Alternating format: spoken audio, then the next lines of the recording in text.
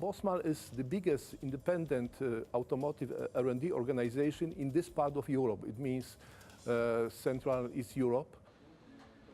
Between our customers are the biggest car manufacturers as Fiat, as General Motors, and many others.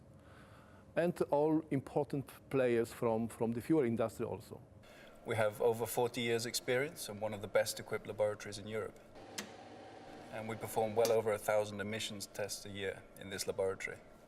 Our team includes specialists with PhDs, engineers, and highly experienced technicians. Emissions testing is performed under laboratory conditions to determine the impact of additives in the fuel on emissions from the vehicle's exhaust. That type of testing is also suitable for accurately determining fuel consumption.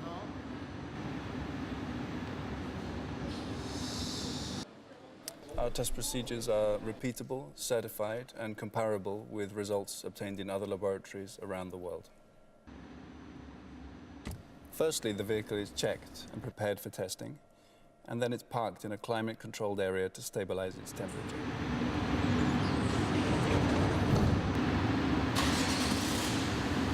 Following that, the vehicle is placed with its drive wheels on a roller, which simulates the resistance the car experiences when driving, much like a person running on a treadmill. A large fan simulates the wind that blows onto the engine. The vehicle is then driven according to a driving cycle, as defined in the standard test procedure.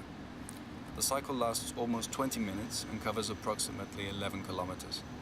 The cycle includes idling and speeds up to 120 kilometers an hour.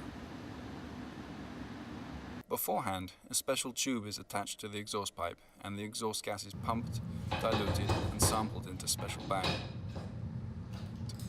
The gas in these bags is then sampled using chemical analyzers to calculate the quantities of the various gases emitted.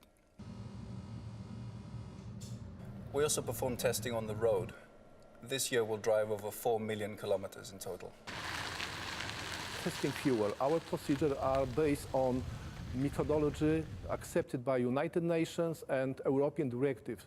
So we tested Statoil fuel using the same procedure as fuels from other companies.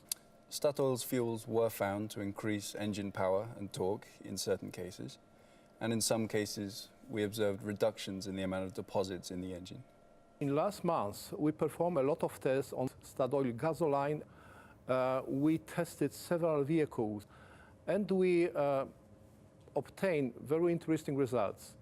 For example, for gasoline vehicles, fuel consumption that is equivalent to CO2 reductions was even up to 3%, which are, in my opinion, very good results.